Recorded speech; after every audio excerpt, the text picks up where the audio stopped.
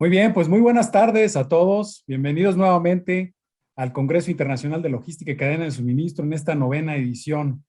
Estamos muy contentos porque pues esta tarde, como ustedes están viendo ya, tenemos conectado al doctor Roberto Pérez Franco. Bueno, quien va a estar encargado de moderar su sesión, pues es el maestro Rubén Leal. Él es un amigo, un importante aliado de la Asociación Mexicana de Logística. Sin duda, pues un líder importante para nosotros. Él ha liderado ya por un buen tiempo los capítulos estudiantiles, así que para los estudiantes y profesores que están por ahí, seguramente que lo identifican muy bien. Bienvenido, maestro Rubén Leal, ¿cómo estás?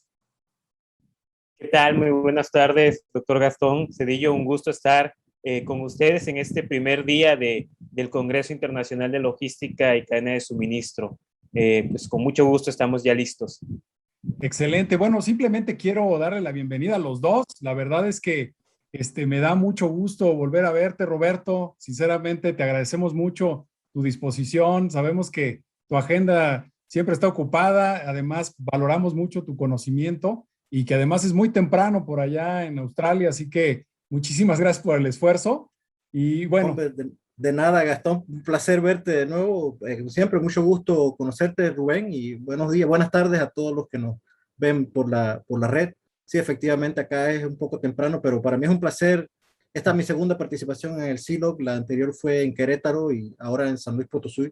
Con mucho orgullo, como comenté la vez pasada en Querétaro, mis padres, tanto mi papá como mi mamá estudiaron en México y en mi corazón siempre México es mi segunda patria, tiene un lugar muy especial para mí y yo con mucho gusto, cada vez que me necesiten, siempre estaré aquí.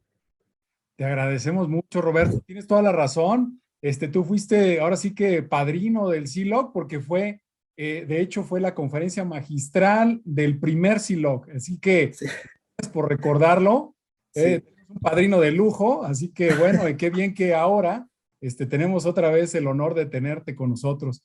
Pues Mm. mira, el maestro Rubén Leal, como ya lo comenté, él es profesor en la Universidad Autónoma de Nuevo León en la Facultad de Contaduría y Administración y además un colaborador muy cercano de la Asociación Mexicana de Logística. Además, déjenme comentarles que ya sacó boleto para la rifa del Tigre. Perdón, maestro Rubén, ya tenía que decirlo, pero él va a estar vinculado al siguiente SILOG, ¿no? Pero bueno, ya no digo más, hasta ahí. Y te dejo la palabra, maestro Rubén, te dejo ahí en los micrófonos y yo pues los dejo a ustedes para escucharlos. Muchas gracias. Mucho gusto. Muchas gracias. Bueno, pues antes que nada, nuevamente buenas tardes a todos. Un gusto el que nos acompañen en el día de hoy, en este primer día de actividades del Congreso Internacional de Logística y Cadena de Suministro, pues en su edición 2021.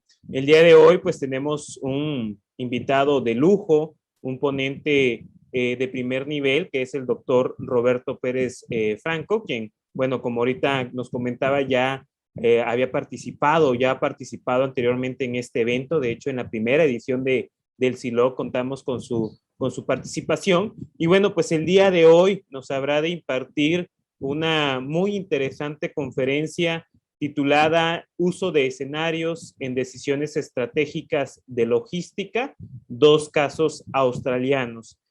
Para ello, me voy a permitir leer la semblanza de nuestro ponente, del doctor Roberto Pérez Franco. Y bueno, pues desde el 2017, Roberto Pérez Franco es Senior Research Fellow en el Supply Chain and Logistics Center de Deakin University en Melbourne, Australia, donde dirige el Urban Logistics Laboratory. Y bueno, entre 2011 y 2017 fue Research Associate en el Center for Transportation and Logistics del Massachusetts Institute of Technology, el MIT, donde también completó una maestría en logística, un doctorado en sistemas de ingeniería en el área de estrategia de cadena de suministro y un postdoctorado, esto entre el 2010 y el 2011. En el MIT sirvió como director del el GCLOG Program y director del Supply Chain 2020 Project, fundador del Supply Chain Strategic Lab y director del Digital Learning para justamente este centro. Es egresado de la Universidad Tecnológica de Panamá como ingeniero electrónico y mecánico, y sirvió en el Canal de Panamá como ingeniero multidisciplinario en 2005. Es el creador del método César para estrategia de cadena de suministro. Así que bueno, pues sin más preámbulo, agradecemos nuevamente el invaluable apoyo del doctor Roberto Pérez Franco al impartirnos esta conferencia titulada Uso de escenarios en decisiones estratégicas de logística, dos casos australianos. Así que adelante, doctor Pérez Franco, bienvenido. Muchas gracias, Rubén, por esa introducción y para mí un placer nuevamente estar aquí con ustedes. Solamente para confirmar, Rubén, ¿tengo hasta las 5 de la tarde de ustedes? ¿O? Es correcto, es correcto. Correcto, perfecto. Ahí me planifico bien entonces. Muy bien. Claro. Les anticipo que estoy desde aquí en mi oficina, en mi casa. No sé si sea el caso en San Luis Potosí, pero acá en la ciudad de Melbourne estamos todavía en cierre total por el tema del COVID y estamos trabajando desde la casa, y aquí tengo conmigo a mi perra, que va a estar haciendo una intervención más adelante, de lo más seguro. Así que por adelantado me disculpo si la escuchan ladrar o llorar. Yo, como dijo Rubén en su introducción, soy un ingeniero eléctrico y mecánico. Nosotros en la ingeniería nos enseñan a ser bien concretos en nuestro pensamiento. Pensamos en términos de circuitos, de engranajes, de resistencias, y el tema de anticipar el futuro y prepararse para el futuro, uno lo ve como muy suave y muy cualitativo, etcétera, y tendemos a ser un poco como no tomarlo en serio. Sin embargo, es un tema muy importante, como voy a tratar de explicar ahora en un momento. Yo he tenido la oportunidad de participar en varios proyectos de escenarios en Estados Unidos y acá en Australia, y la razón por la que escogí este tema es porque yo pienso que precisamente es un área en la que aquellos que son como yo, que son ingenieros, ya sea ingenieros industriales o lo que sea, no tendemos a ser muy fuertes. Y por eso quiero hablarles de este método para que lo conozcan, si acaso no lo conocen, y para que entiendan que aporta un valor y se le toma muy en serio en otras latitudes. Comienzo por explicar, perdón, me parece que no les he compartido mi pantalla. Ok, veamos. ¿Están viendo ahí? ¿Me pueden confirmar que están viendo mi pantalla? Sí, ya se ve la presentación, doctor. Ya, muy bien. Disculpe que no lo había activado. Muy bien, entonces, comienzo por explicarles qué son escenarios. Nosotros el término escenario, escuchamos eso y nos parece que es como el área donde se hacen las obras de teatro, ¿no? El escenario donde se va a ver una película o una cosa. Y en realidad va por ahí. Realmente el escenario es como el trasfondo en el cual vamos nosotros a ejercitar nuestro pensamiento sobre el futuro. Pero en este caso el escenario se refiere a una descripción de un futuro posible, y es una descripción cualitativa. ¿Qué significa eso? Si yo le doy a usted un documento escrito que tiene 2 páginas de texto y posiblemente algunas gráficas, pero las gráficas serían principalmente sin números, esa descripción de ese mundo posible de 2 o 3 páginas, que te cuenta cómo está la economía, cómo vive la gente, dónde trabajan, qué les gusta comprar, cómo se mueven. Esa descripción verbal es lo que nosotros llamamos un escenario. Es básicamente, no es una historia, pero es una descripción en palabras de cómo el futuro se podría dar. Y generalmente no es un solo escenario, generalmente es un grupo de escenarios. Por ejemplo, lo menos que yo he visto son 2, y yo pienso que en el caso de Shell hicieron 2, pero lo más típico es entre 3 y 5 escenarios. 3 y 4 es lo más normal. Entonces, son de 3 a 4 descripciones de cómo podría lucir el futuro. Y esto, ustedes dirían, bueno, ¿son pronósticos estos? ¿Son predicciones? No, no son ni pronósticos ni predicciones. No se trata de adivinar lo que va a traer el futuro. Se trata de anticipar lo que el futuro podría ser, aunque no lo sea. ¿Me entienden? Para poder prepararse. Sobre todo, no tanto lo que el futuro podría ser, sino a tratar de anticipar cómo nos podemos preparar para el futuro. Es una diferencia un poquito sutil que la voy a explicar más en un momento, pero por ahora el mensaje principal es que no es adivinar el futuro, es anticipar lo que el futuro podría ser, aunque al final de cuentas no lo sea. Yo no estoy tratando de predecir, estoy tratando de prepararme.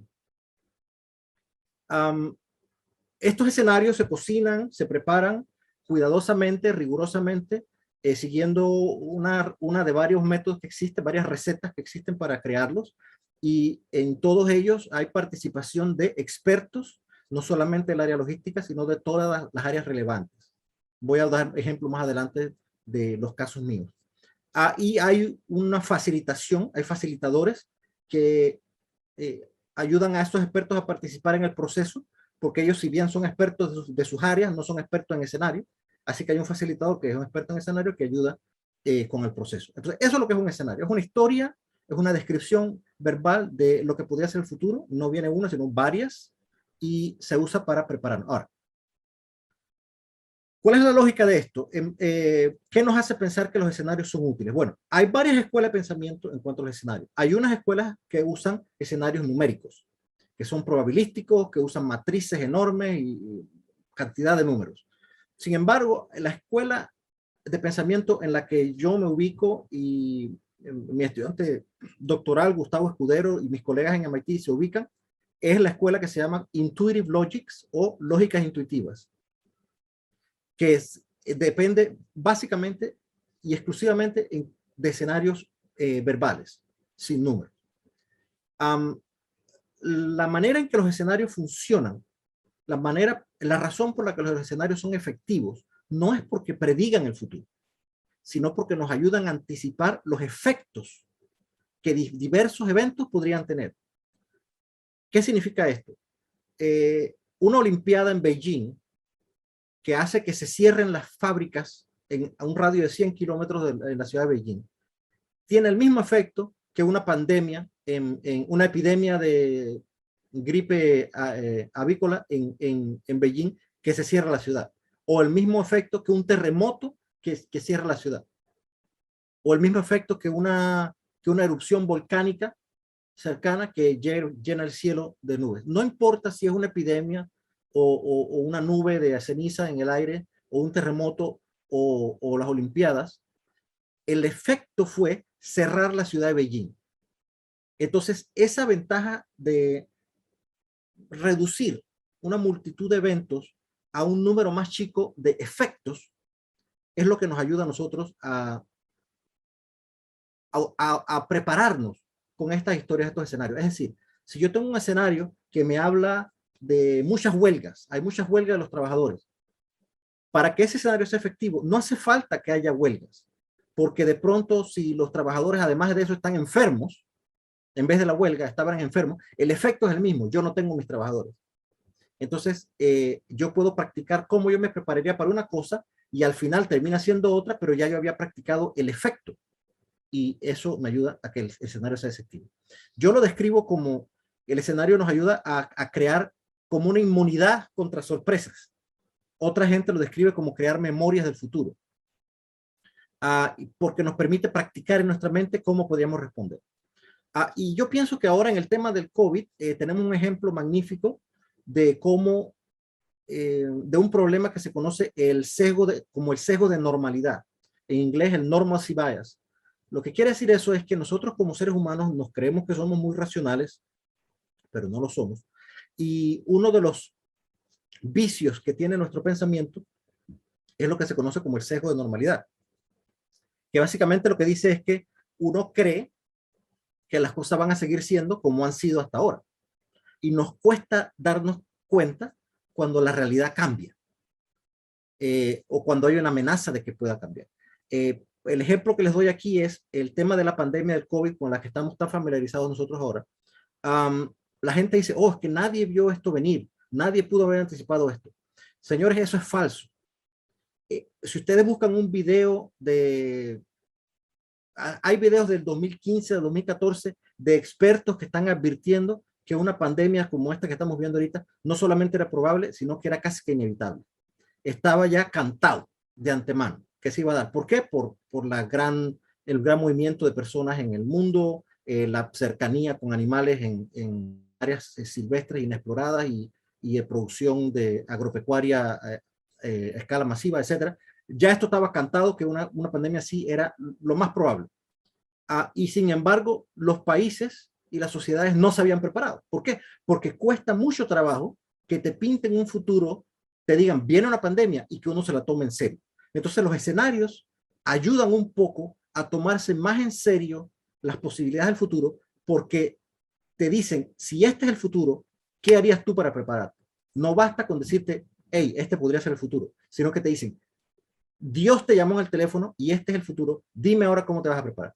Así que yo pienso que los escenarios son una herramienta muy poderosa contra el sesgo de normalidad. Ahora, estamos hablando hoy en cuanto a cómo los escenarios podrían usarse para informar decisiones estratégicas en el sector de la logística. Los escenarios pueden informar decisiones estratégicas en mi opinión, al menos en 4 formas distintas. Una manera es, antes de que se haya desarrollado la estrategia, los escenarios te pueden ayudar a anticipar lo que el futuro podría traer. Eso es la primera forma, la forma más básica en que los escenarios pueden ayudarte. Te pueden dar elementos para juzgar qué clase de cosas el futuro podría traer. La otra manera es que los escenarios te permiten tener una sesión de brainstorming o de discusión con tu equipo de trabajo sobre cómo tú podrías prepararte para esas cosas que el futuro te podría traer. Distingamos entre las dos. La primera es anticipar qué podría traer el futuro y lo segundo es discutir cómo podríamos prepararnos para ser exitosos en ese futuro. Esas son las cosas que puedes hacer antes de haber propuesto una estrategia. Ahora, ya una vez que se ha propuesto una estrategia o una decisión, entonces los escenarios se pueden usar para 2 cosas más. Una es encontrar puntos ciegos en esa decisión o esa estrategia, ver qué se te quedó por fuera, porque de pronto el escenario te está hablando, qué sé yo, de ataques piratas y tu plan no considera eso, entonces es un punto ciego. Y la otra cosa es para ponerlo a prueba. Para ponerlo a prueba, ¿qué significa? Tratar de hacer como, diríamos, un dress rehearsal, como una prueba en ácido, un acid testing de la decisión contra ese futuro, donde nos preguntamos, si este fuera el futuro, ¿cómo le iría a mi plan en ese futuro? Y esto involucra expertos en todos los pasos, pero sobre todo el 1, el 2 y el 4. El 3 a veces se hace por el facilitador, no tanto por el experto. Bueno, ahora, yo les voy a hablar hoy sobre 2 proyectos australianos. Yo he participado en 3 proyectos importantes, otros proyectos menores, pero estos son los grandes. El primero fue cuando en mis años en MIT, yo estuve casi 12 años en MIT, 6 como estudiante y 6 como investigador. Entre el año 2009 y 2012, pero principalmente 2010 y 11, hubo un proyecto del MIT para el gobierno de Estados Unidos, especialmente para los departamentos los departamentos de transporte de los 50 estados, que se llamaba Future Freight Flows o flujos de carga futura. Era un proyecto de escenarios donde había un horizonte de 25 años y se crearon 4 escenarios. Yo no fui el líder de ese proyecto, pero yo sí fui parte del puñado de gente que estaba en el centro, en el corazón de ese proyecto. Los 2 siguientes proyectos, los 2 australianos, esos sí los dirigí yo, los diseñé, los dirigí y los ejecuté yo. En este último tuve la ayuda de mi estudiante doctoral Gustavo Escudero de Perú. Pero el primero que venga en la lista de Australia fue un proyecto de la Universidad de Deakin para el gobierno de Australia, el gobierno federal de Australia, en 2017 y 18, un proyecto en 2 partes para informar la primera estrategia nacional de carga y cadena de suministro de Australia. Australia nunca había tenido, como país, nunca había tenido una estrategia nacional de logística y carga y cadena de suministro, pero ellos hicieron ese proyecto y los escenarios fueron un componente de eso. Y tenían un horizonte de 20 años. Y el proyecto más reciente en el que trabajé fue un proyecto del Laboratorio de Logística Urbana que yo dirijo en el año 2020 y 2021 sobre el futuro de la logística urbana durante y después del COVID. Tiene un horizonte de 10 años. Le voy a hablar de estos 2 últimos. Y de antemano me disculpo que ciertas filminas que vienen van a estar en inglés, pero lo que pasa es que son filminas originales con contenido tal cual tomado de los proyectos. Me pareció más importante darles a ustedes la experiencia auténtica, más que ponerme a traducirlo. Muy bien, hablemos del primer proyecto entonces. Este primer proyecto, como dije, es porque en el 2017 Australia como país dijo, necesitamos una estrategia nacional de carga y cadena de suministro, y desde el principio, desde que se lanzó esa iniciativa de crear una nueva estrategia, se dijo, tiene que tener un componente de planificación por escenarios, porque es una estrategia que debe servir por 20 años. Así que necesitamos tener escenarios de 20 años que nos ayuden a pensar sobre esto. Ya eso les indica a ustedes que los escenarios son importantes para el gobierno australiano, que al lanzar el proyecto, ellos dicen, esto tiene que tener planificación por escenario. Ya yo pienso que ahí marca una diferencia con nuestros países que típicamente tienden a ser más miopes en el tiempo. Y este proyecto el gobierno lo ejecutó en dos partes. La primera parte fue en 2017, fue una consulta nacional, lo que ellos le llaman acá un National Inquiry, sobre las prioridades de Australia en cuanto a carga y cadena de suministros. Fue una consulta que se hizo con el sector privado y público, cientos de empresas mandaron sus opiniones, etc. Pero parte de esa consulta fue hacer un ejercicio de generar 4 escenarios con un horizonte de 20 años para explorar qué retos y qué oportunidades el futuro podría estar trayendo para Australia y qué prioridades debería tener Australia en vista de esos retos y oportunidades. Luego de ahí, el gobierno generó un borrador, una propuesta de estrategia, y entonces otra vez hubo un componente de escenario en el 2018 para evaluar y validar esa propuesta de estrategia. Los escenarios se usaron de dos formas para encontrar puntos ciegos en esa propuesta, cosas que se habían quedado por fuera, que los escenarios ayudaron como a ver dónde estaban los huecos, y también para poner a prueba ciertos elementos a ver si funcionarían bien o no en estos posibles futuros. Muy bien, para que tengan una idea de qué tan bien conectado está este proyecto, nosotros tuvimos como 380 participaciones discretas de personas del sector público y privado. Hubo 52 entrevistas, hubo 124 personas que participaron en una encuesta, hubo 95 personas que participaron en talleres de discusión, y hubo 111 personas que participaron en eventos de acid testing, que es de poner a prueba los elementos de la estrategia. En total, como les digo, fueron como 380 participaciones individuales en distintas etapas del proyecto en estos dos años. Para que tengan una idea de los sectores, que esto no es solamente un ejercicio que va a hacer con la gente que está en el sector de carga y logística, no puede ser, tiene que ser también en todas las áreas aledañas. En este sentido, las áreas aledañas son educación, comidas y bebidas, puerto y marítimo, cadena de suministro. Ahí pueden ver las distintas áreas, venta al detalle, agricultura, tecnología, anyway, una cantidad de áreas, para que vean que es porque mientras más variada es la composición de tus participantes, mejor la experiencia de los escenarios, porque tienes una visión más rica. Y en cuanto a la posición, para que vean que son personas de un buen nivel, tenemos aquí 12% eran presidentes o CEOs, otros 5% eran otros del nivel C, directores generales, senior managers, directores ejecutivos, etc. O sea, era un buen nivel, una buena mezcla, niveles altos, intermedios. Tenemos ahí académicos también, obviamente, pero una menor cantidad, etc. Bien variados los perfiles. Muy bien. ¿Cuál es la mecánica aquí? El primer paso es lo que yo le llamo ¿se acuerdan que le había descrito que hay 4 cosas que puede hacer? Anticipar, etcétera, etcétera. Bueno, la primera es anticipar. ¿Cómo se hace? Lo primero que se hace es crear los escenarios. El acto de producir un escenario en sí es lo que es anticipar ese futuro posible. ¿Cómo se hace? Se hacen una serie de entrevistas con expertos, se revisan también una cantidad de reportes recientes de industria o de gobierno, o de think tanks, o de estos centros de pensamiento sobre áreas específicas de interés. Y también en este caso, como estamos trabajando en base a aquella consulta nacional, revisamos también el material que había enviado la industria y el gobierno a esta consulta. Todo eso se analizó para identificar posibles driving forces of change, que son posibles factores de cambio. Una vez que se habían identificado, se validaron a través de una encuesta, se usaron para crear la lógica de los escenarios. Las lógicas son como los esqueletos de los escenarios, los huesos, y luego en base a eso se escribió la narrativa de los escenarios.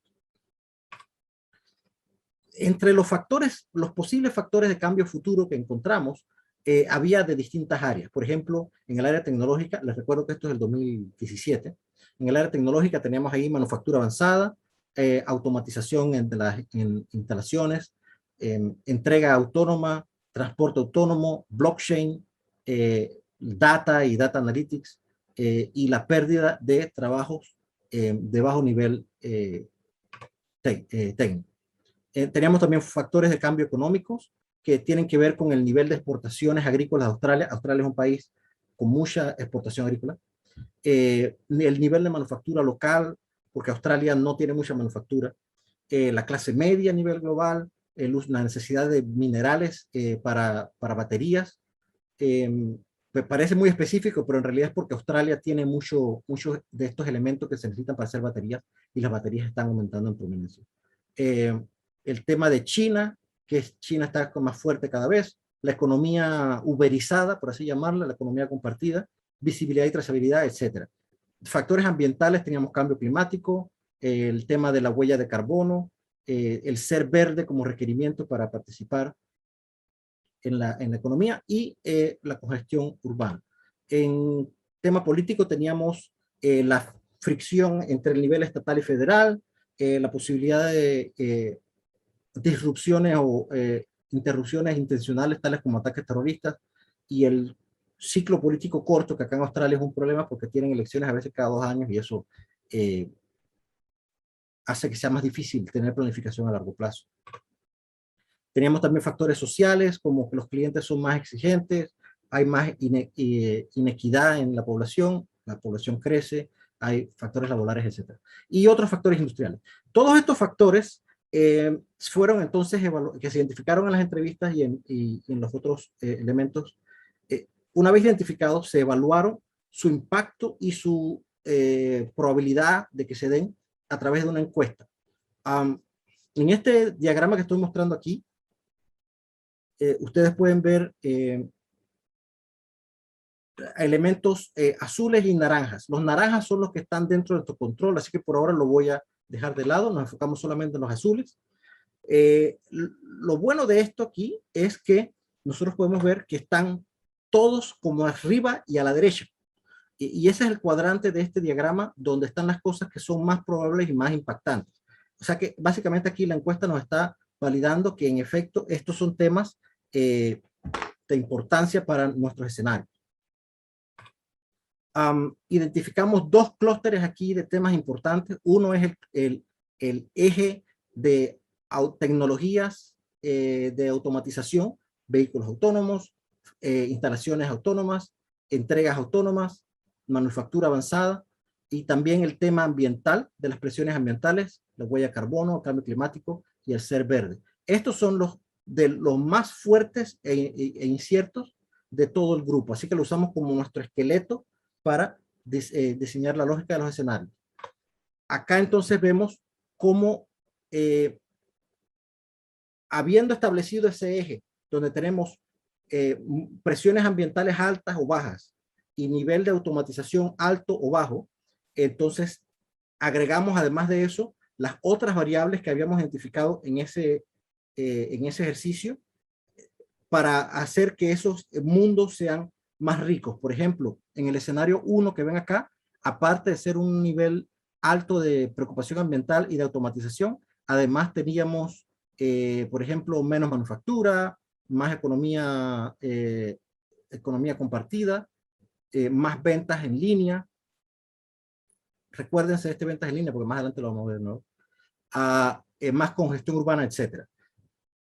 Había más o menos como, si recuerdo correctamente, creo que entre 20 y 30 variables en cada uno de estos escenarios. Y en base a eso, entonces,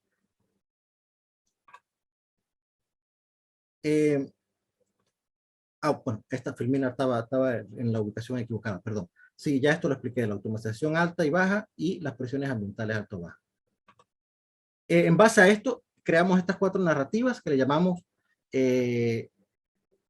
se los muestro acá. The Rise of the Machines es el mundo donde es bien avanzado tecnológicamente y las presiones ambientales son altas.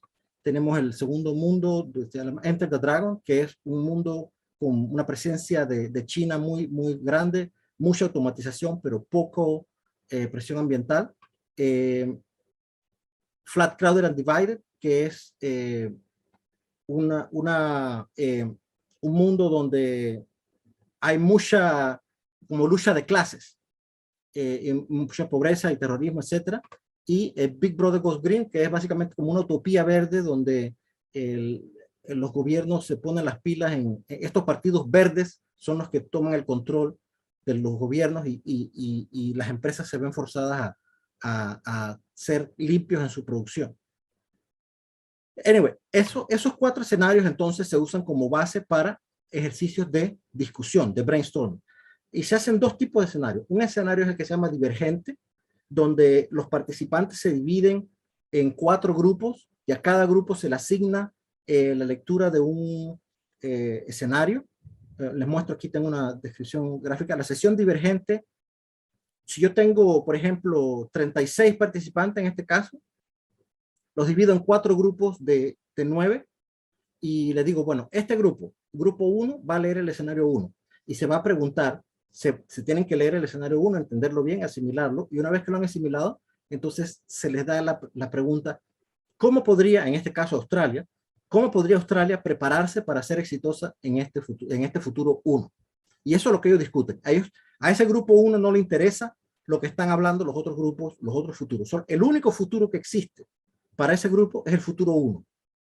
Y les decimos, no se rebele contra el futuro. Dios lo llamó en el teléfono y le dijo, este es el futuro, don't fight it, dime cómo te prepararías.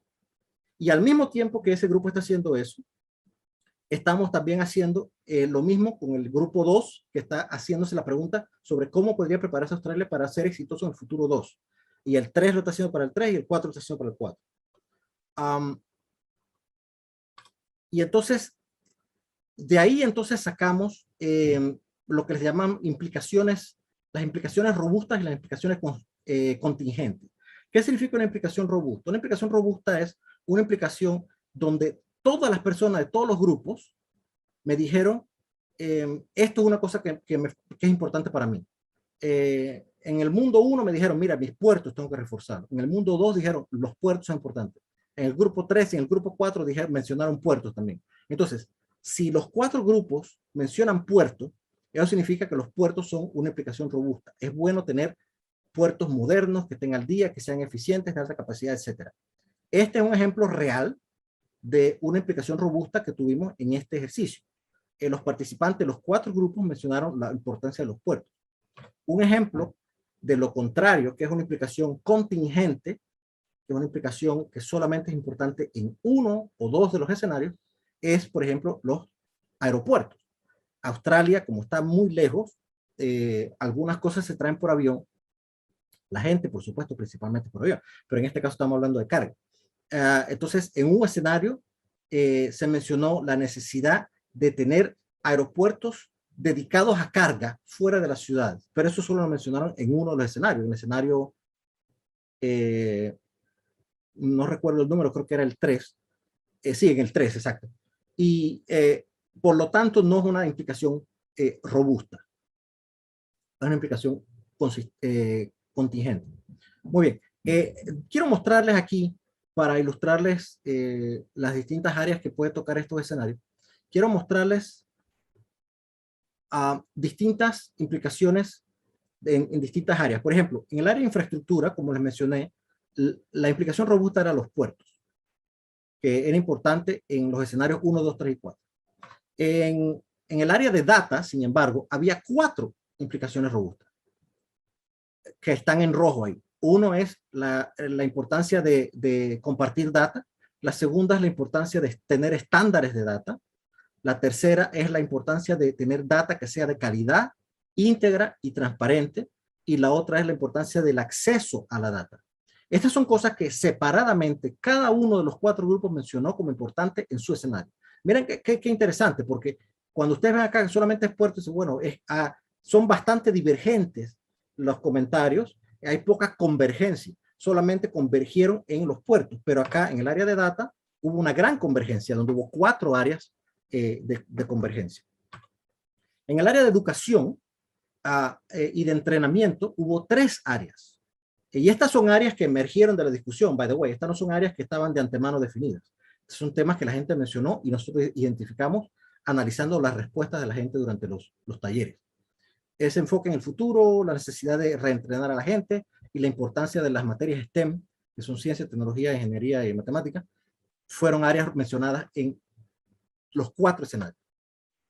La importancia de regulación tuvo 3 referencias robustas.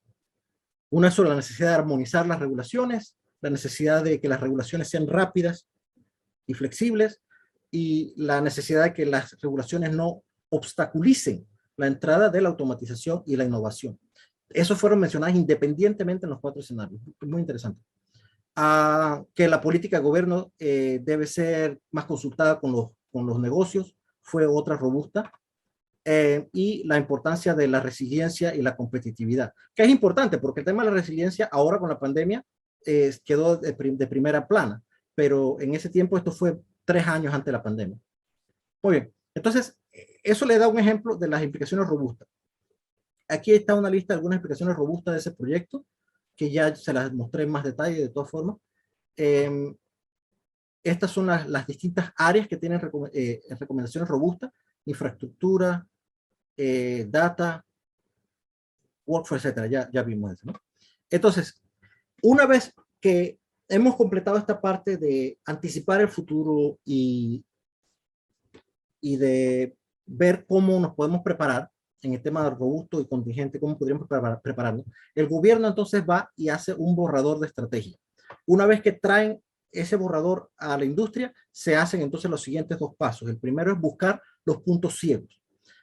¿Cómo se buscan los puntos ciegos? Bueno, los escenarios discutieron una serie de temas y la estrategia borrador tiene una serie de temas. Simplemente se comparan los temas de uno con los temas del otro y ve si hay algunas omisiones en la estrategia de áreas que no están siendo tocadas. Por ejemplo, un ejemplo acá es en la consulta. La consulta que hizo el gobierno no tenía mayor contenido en cuanto a los puertos. Sin embargo, como recordarán ustedes, uno de los puntos robustos del escenario fue que los puertos eran importantes en los 4 futuros. Entonces, este es un punto ciego de la consulta, donde los escenarios nos están diciendo, hey, los puertos son importantes y nosotros tenemos que decirle al gobierno, me parece que no incluiste en tu estrategia, en tu consulta, algo que acá los escenarios te están diciendo que es importante en todos los 4 escenarios. Hubo aquí más o menos, estos son como los 5 puntos más importantes que se encontraron en esa búsqueda de puntos ciegos.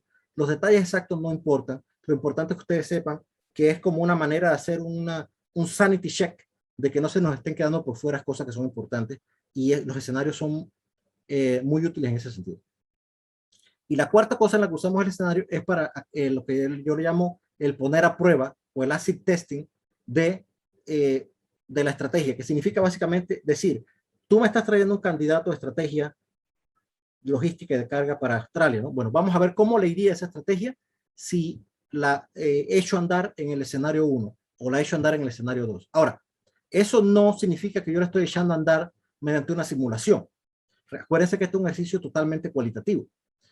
Lo que hacemos es que otra vez armamos grupos de trabajo, distinta gente, en distintos grupos, y le decimos, ok, agarre usted esta estrategia del gobierno y pregúntese si cada uno de los elementos de esa estrategia de gobierno funcionaría bien en este escenario 1. Y la gente del grupo 2 se le dice lo mismo. Para cada elemento de la estrategia, pregúntese si eso funcionaría bien en el escenario 2. Y así con el 3 y con el 4 también. Por ejemplo, uno de los elementos de la estrategia del gobierno era esto que está aquí escrito en negrita, donde dice que hay que tener una infraestructura digital que apoye el movimiento eficiente, seguro y eficiente y seguro de carga. Ok, una infraestructura digital que ayude al movimiento eficiente y seguro de carga sería una cosa que me ayuda si el futuro fuera como el futuro 1. Ese grupo se pregunta ahí sí y responde, bueno, sí, sería muy útil, sería más o menos útil, no sería útil para nada, y pueden dar sus comentarios de por qué.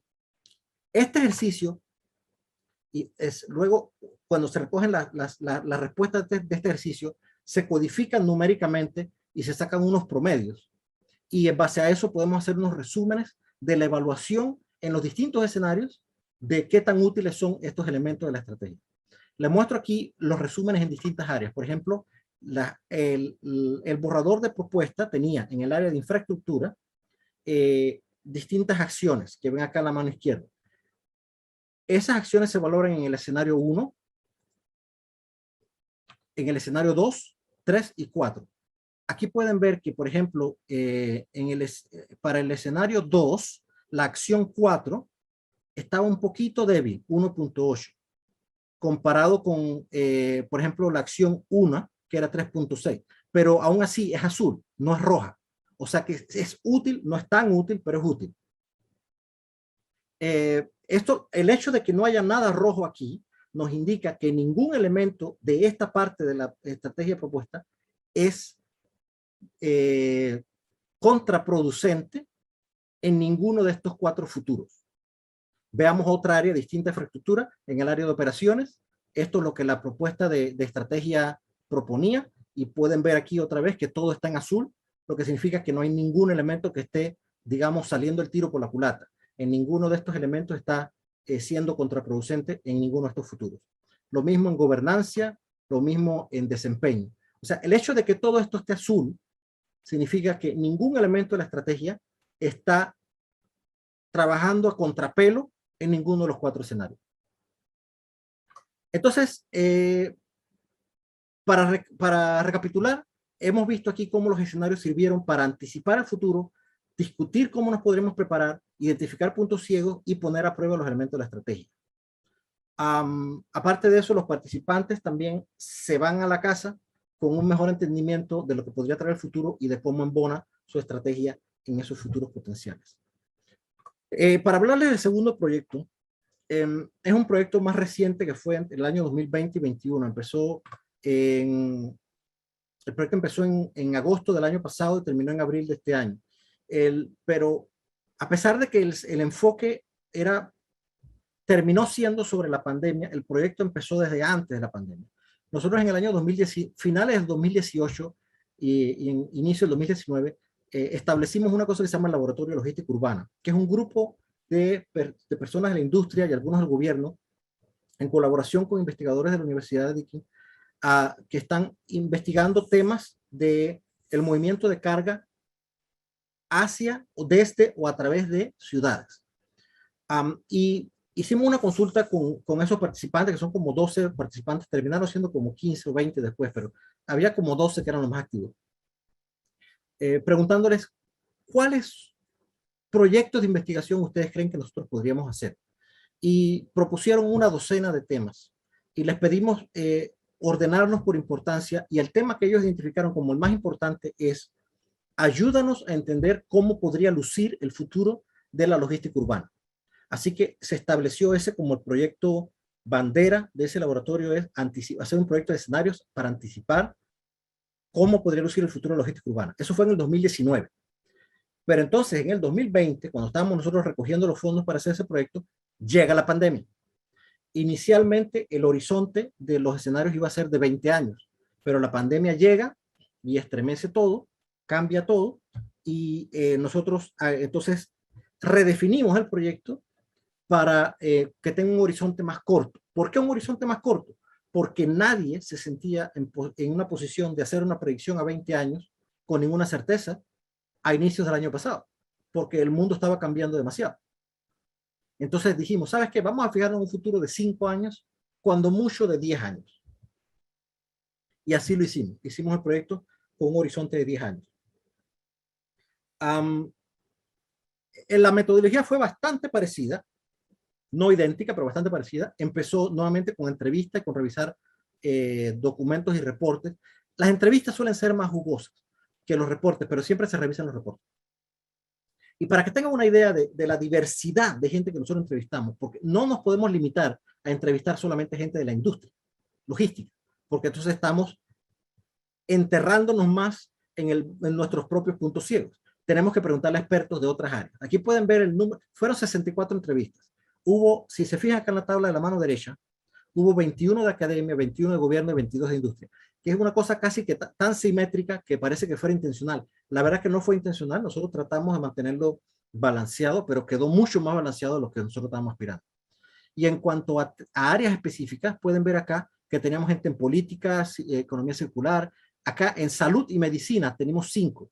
Esa salud y medicina, ahí había epidemiólogos, vaccinólogos, inmunólogos. ¿Por qué? Porque estamos en pandemia. Entonces, nosotros hablamos yo tenía entrevistas con epidemiólogos y vaccinólogos casi que todas las semanas tenía una entrevista con ellos. Pero es bueno porque eso fue un elemento clave de nuestros escenarios que desarrollamos. Muy bien, se hicieron esas entrevistas. De esas entrevistas se sacaron una serie de factores de cambio que podrían ser las fuerzas que definan ese futuro de los próximos 10 años. Por ejemplo, la posibilidad de que el COVID siga siendo un reto de salud. Acuérdense que esto lo hicimos nosotros, perdón, hace como 14 meses atrás o 15 meses atrás. Que decir ahora que el COVID permanece como un riesgo, dice, bueno, sí, porque lo hemos estado viendo. Sí, pero hace 15 meses atrás no se sabía. Entonces ya nosotros teníamos una posibilidad. La necesidad de adaptarse a vivir con COVID, se vio como otra posibilidad, y la posibilidad que hubiera un nuevo virus. Nosotros no lo definimos como la Delta, pero como una nueva variante o como como una nueva pandemia más adelante, en 10 años, una cosa. También tenemos temas en la economía, una recuperación económica lenta, niveles de desempleo alto, o también la necesidad de que Australia se haga más independiente en su economía. En el tema político e internacional, tenemos la posibilidad de tensiones con China, como ustedes pueden ver ahora en las noticias. No sé si vieron la noticia de los submarinos que Estados Unidos le está vendiendo a Australia y para enfrentarse a China básicamente, y ahora el otro día estaba nuestro primer ministro en la Casa Blanca reunido con el primer ministro de India y el primer ministro de Japón y el presidente Biden para una alianza que tiene que se llama el Quad, que es para enfrentarse a China también. Pero eso ahora, pero nosotros hace año y medio estamos hablando de eso. Bloques de comercio, falta de confianza y polarización política, que lo estamos viendo ahora también con el tema de la vacuna y las máscaras. El tema ambiental, desastres ambientales más frecuentes y más complejos, más presiones ambientales y moverse a una economía circular y a cadenas de suministro cerradas. En tecnología, riesgo de cyberattacks, ataques cibernéticos y amenazas cibernéticas, nuevas tecnologías que están madurando y emergiendo, y tecnologías para entregar productos a domicilio, tales como vehículos autónomos. En el aspecto social, el hecho de que los consumidores son más conscientes de su propia salud y de su huella de carbono, que la gente decida vivir una vida más local o más cara a cara, o que la gente trabaje y estudie remotamente. En cuanto a la manera como se entregan los bienes, los productos a las casas, está la compra en línea, está el hecho de que la gente quiere sus productos entregados de manera más rápida y más predecible, y también un cambio en el landscape de las tiendas, tiendas que están cerrando, abriendo, que están moviéndose en línea, etc. La vida urbana también podría cambiar, que la gente se puede ir a vivir a las regiones o no, a vivir a las ciudades, que las ciudades crezcan o no, que se vuelvan más concentradas y que haya más o menos carros privados y más o menos gente manejando. Esto fue la identificación de los factores. Esos factores se validó su impacto y su probabilidad a través de una encuesta. En esa encuesta participaron 63 personas, que no son las mismas 64 anteriores. Había como 30 que eran los mismos, pero estos eran principalmente personas de la industria, porque en este caso le estamos preguntando el impacto que eso tendría en la industria. O sea que aquí sí tiene sentido enfocarse en la industria.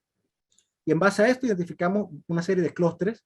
El clúster número 1 es la necesidad de saber operar en pandemia, es decir, que haya un nuevo virus o que el COVID permanezca como un riesgo, tener que vivir con COVID. Ese fue uno de los principales clústeres. El otro fue tecnologías autónomas para la entrega y también los retos de la entrega de última milla. Otro clúster fue dónde y cómo vive la gente y cómo se mueven, si la gente se va a las regiones o no, se va a las ciudades o no, si trabajan cara a cara o trabajan remoto, etc. Y el otro eran las presiones ambientales. Como un elemento predeterminado se vio el movimiento de gente a comprar en línea y más alta expectativa en cuanto a entregas predecibles y rápidas. En base a esto, con esos clústeres, los usamos para definir la lógica de los escenarios y produjimos 3 escenarios. El escenario A, que se llama Long Haul Exodus, o sea, como un éxodo de largo arrastre. Esto es un escenario donde el COVID permanece como una amenaza de salud pública por 5 años, es decir, hasta el 2025, 24, por allá, 2025. Y como consecuencia de esto, la gente se muda hacia las regiones, no están tan interesados en seguir viviendo en las ciudades. Acuérdense que estos escenarios se terminaron hace un año atrás. Perdón, en diciembre del año pasado. Y así que ahora podríamos decir, bueno, eso no creo que se vaya a dar, pero sin embargo, nosotros aquí en Melbourne estamos cerrados todavía. Yo no he trabajado en mi oficina desde marzo del año pasado, yo he ido 2 veces a mi oficina. Así que este escenario no se ve tan descabellado. El Red Hot and Core, que es el escenario B, es un escenario donde hay una recuperación de COVID, pero luego en el año 2030 hay otra pandemia más, y es un escenario muy tenso, con tensiones con China, etcétera, que ahora se está viendo más probable también. Acuérdense que estas no son predicciones, son como anticipando lo que el futuro podría traer, pero uno identifica elementos que se están dando. Y el tercer escenario se llama el renacimiento de las ciudades, donde hay una recuperación verde y la gente vuelve a vivir en las ciudades de manera bien densa y bien cara a cara. Estos 3 escenarios se aplicaron entonces en una serie de talleres para destilar implicaciones. Hubo un taller 1 con el grupo A, que era 1/3 de los participantes, se asignó al grupo A y se les asignó el escenario A. Y se preguntaron, ¿qué significa este escenario para nuestra empresa? ¿Cómo podemos ser exitosos? A diferencia del anterior, que fue un proyecto para el gobierno, este fue para 2 empresas locales. Una era la Coca-Cola y la otra era una cadena de supermercados que se llama Woolworth, que es la cadena, sería como una especie de, no sé cómo describirlo, pero es la cadena de supermercados más grande del país. El taller número 2 y número 3 son la misma cosa, pero para los otros escenarios, el escenario B y el C. Esos escenarios son separados y ese es el pensamiento divergente. Luego de eso, los facilitadores analizamos las implicaciones, identificamos implicaciones comunes y se hace un cuarto taller, que es un taller de convergencia, donde los participantes discuten la validez de las implicaciones robustas, es decir, las implicaciones que son comunes a todos. Aquí les muestro, sin violar la confidencialidad comercial de nuestros patrocinadores, algunos elementos comunes a ambos ejercicios con la Coca-Cola y con la cadena de supermercados fueron que ellos, por ejemplo, identificaron la necesidad de tener partnerships, alianzas estratégicas con suplidores o clientes en la cadena de suministro que estuvieran ya en sitio para poder usarlas si hiciera falta. Tener estrategias más flexibles, invertir en su fuerza de trabajo, invertir en nuevas tecnologías de manera inteligente, es decir, no ir y gastarse la plata en la tecnología, sino más bien entender la tecnología y saber cuándo usarla y para qué. Y también, el primero aquí en la lista, explorar distintos modelos de negocio, incluyendo distintos canales de distribución, distintas configuraciones de red de distribución, etcétera, y nuevos procesos, con la idea de que si ya ustedes han explorado esos métodos, esos modelos, si llegaran a necesitarlos, ya saben cómo usarlos. Entonces, recapitulando aquí, gente, les he mostrado 2 proyectos de escenario que he liderado acá en Australia. El primero de ellos fue para el gobierno, el segundo fue para 2 empresas.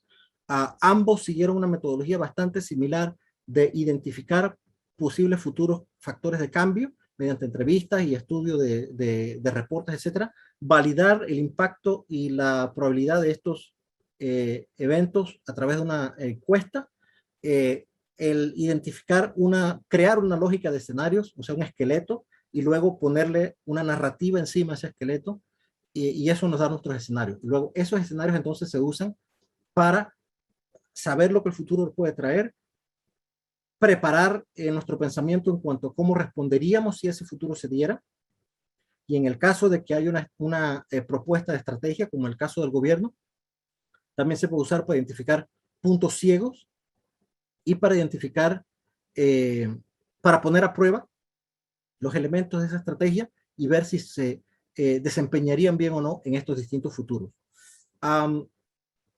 Mi conclusión es que los escenarios, si bien son una herramienta cualitativa y que uno podría estar inclinado a desestimar, yo pienso que son una herramienta muy útil, especialmente para protegernos de sorpresas, especialmente para sobreponernos a nuestro propio sesgo de normalidad, donde tenemos la tendencia a pensar que las cosas van a seguir siendo como lo han sido siempre, y nos ayudan a abrir los ojos.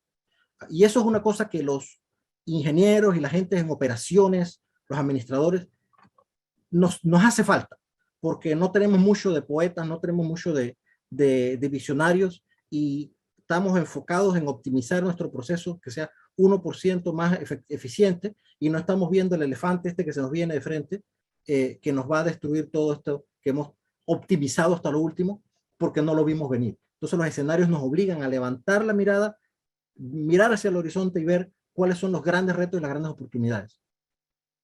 El proceso de reconciliar ese futuro con nuestra realidad operativa, entonces es el siguiente reto, pero no es el tema de esta charla. Así que, bueno, Rubén, esa es mi participación. No sé si la mecánica esta de la discusión en línea les permita a alguien enviar preguntas por escrito, pero yo siempre estoy a la orden. Mi correo pueden encontrarlo en línea, o es roberto@perez-franco.com. Pueden mandarme cualquier pregunta por escrito si quieren. Con mucho gusto se las respondo.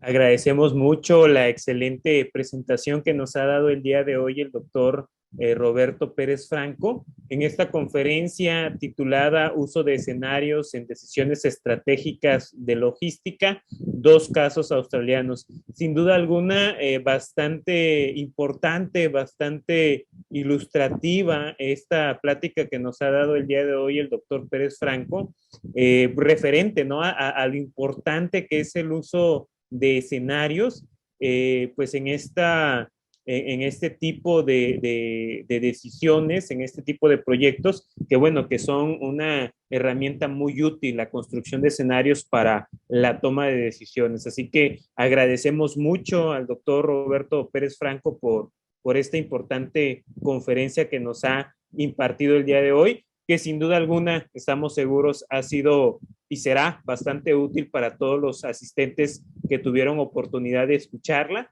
y bueno, pues de verla, ¿no? Porque es un evento que se está grabando, entonces más adelante más personas van a tener oportunidad de ver esta importante conferencia. Así que nuevamente le agradecemos mucho al doctor Roberto Pérez Franco por su colaboración y bueno, pues lo despedimos agradeciendo siempre el compromiso y apoyo que tiene para el Congreso Internacional de Logística y Cadena de Suministro. Muchas gracias, doctor. Un placer, a la orden siempre. Gracias, Roberto. Gracias.